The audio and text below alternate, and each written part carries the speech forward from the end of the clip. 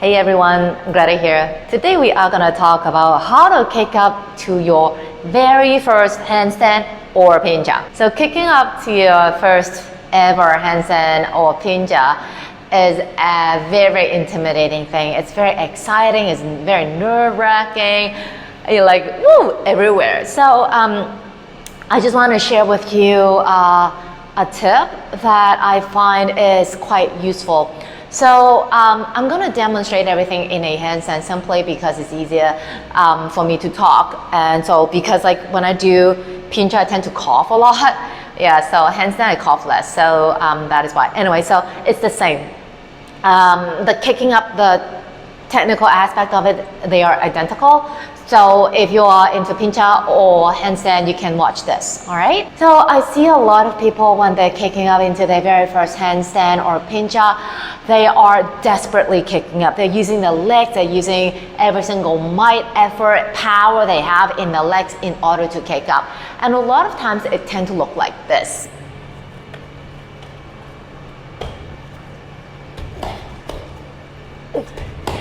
So as you can see, I'm not like mocking anyone, it's just like an imitation. Everything is happening in the legs.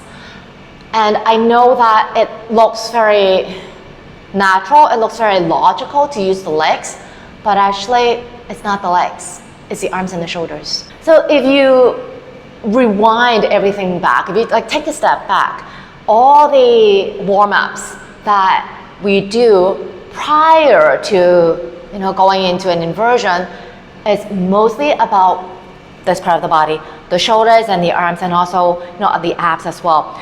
Rarely about the legs. For the legs, sometimes we do some stretching just to get the mobility. But have you, hopefully not.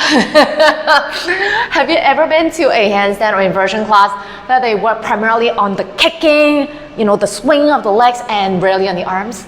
No, it should be the reverse. Hopefully it is, okay? If you ever do an inversion class where they primarily work on your legs and barely on the arms, get out of there.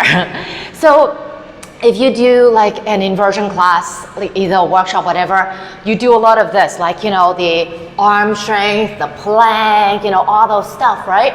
So if you think about it that way, if the warm-up is all about the upper body strength and, stability, mobility and all that, then when you are doing the actual inversion, why would you not think about the arms? So I know this is so counterintuitive. I know that it feel really illogical, irrational, whatever, but this is the way to go. You really need to build the strength and awareness and connection with the arms and the shoulders before you kick up. So instead of just frantically trying to use every single might and effort in your lower body in order to kick up, you actually want to feel how stable and how strong, how solid your arms and the shoulders, upper back, can be to hold yourself up. So what I like to do is, I don't know, okay, the leggings I have don't really have a logo because like it's so old that the logo is gone. So what I tend to think of when I want to kick up into my inversion is the sacrum area, like this part right here. If you have a logo, like if your leggings have a logo, it would go here. If not, then maybe just use your fingers to press into this part of the body because this is where you want to go up. Okay, so in order to balance or in order to go upside down, the hips have to be over the shoulders. Okay, so it's easier to think about this than this because this is moving a lot. So when you do set up, think about this part of the body stacking over your shoulders in order to come up. And also when you are going to kick up, you're using the scissor leg kick, right? One leg goes up first and then the other leg follows. And what you want to do is divert or give them separate jobs. Whenever I do it, I tend to think that my top leg is the directional leg. It's kind of like a car. So the top leg is more like a steering wheel and the bottom leg is the power leg or the engine. So the engine it gives the power, right? The steering wheel, what it does is it gives the direction, it guides the direction. If the steering wheel is moving everywhere and the engine is all over the place, you have a very out of control car, right? So make sure that the top leg is the steering wheel so it doesn't really move that much, but the moving part, the power part comes from the bottom leg. I know that a lot of people, when they kick up, they tend to kick both legs at the same time, but for me, if I do that, it will tend to overshoot easier. So that's why I give the legs different jobs. And then too, if you give your legs different jobs, it will take a little bit more effort to kick up, but then the kicking up is a little bit more control. All right, so I'll set up. So the shoulders want to be above my wrist. Again, I want to minimize that momentum, that overshooting, that really out of control power kick. So there are a lot of different ways to do it. Some people tend to have the shoulders a bit more back, so it's easy to kick up because there's more momentum.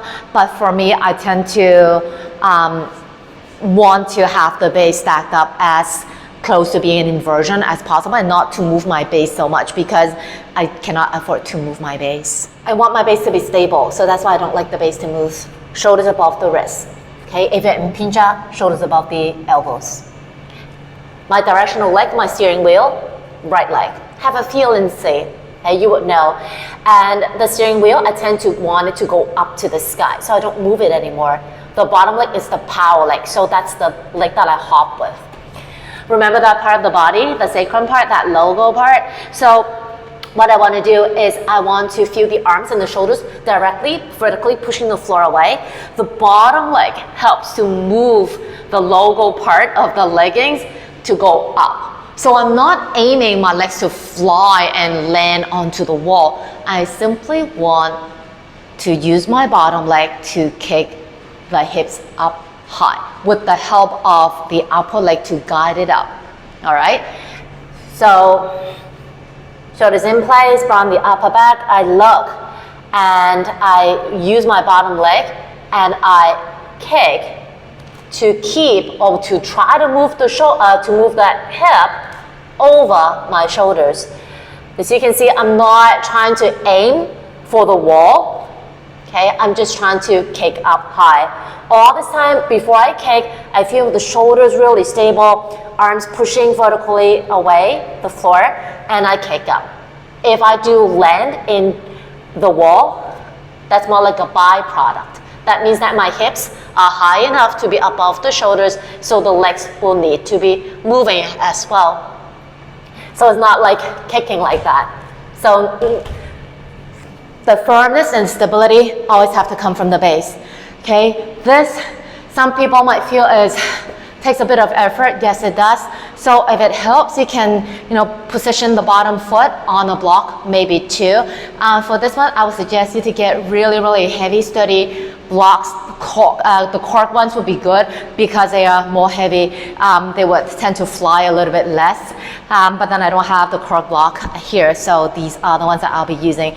So you need to kind of do some measurements and make sure that the bottom foot is positioned in a decent place, so that when you kick up, you feel everything's working towards the same goal and not kind of scattered. So as soon as the bottom foot on blocks, that means the hips are already elevated, so the kick would be easier. So it's exactly the same. Okay, and then bend the bottom knee and kick up like that. Okay. Remember, when you're doing a handstand or an elbow stand, forearm balance, forearm stand, whatever, think about the name. Handstand, you're standing on your hands. Forearm stand, you're standing on your forearms. It's never about the frantically kicking up midair pose, whatever name you like to call it. Okay, so have a think, have a pause. I know it's very exciting. I know you really want to kick up into inversion because it looks so fun, and it is a lot of fun. But then for me, it would be also good to invest the energy wisely, because this kicking up part is extremely energy consuming, and you want to invest each ounce of energy in the most efficient way. And that's it for my sharing for today. Hope it's helpful to you. Like it, share it, and subscribe to my channel if you haven't already done so. And I do actually teach inversion classes, both online and in person. Drop me a message, IG and Facebook, and I'll give you all the details. Take it easy. Bye bye.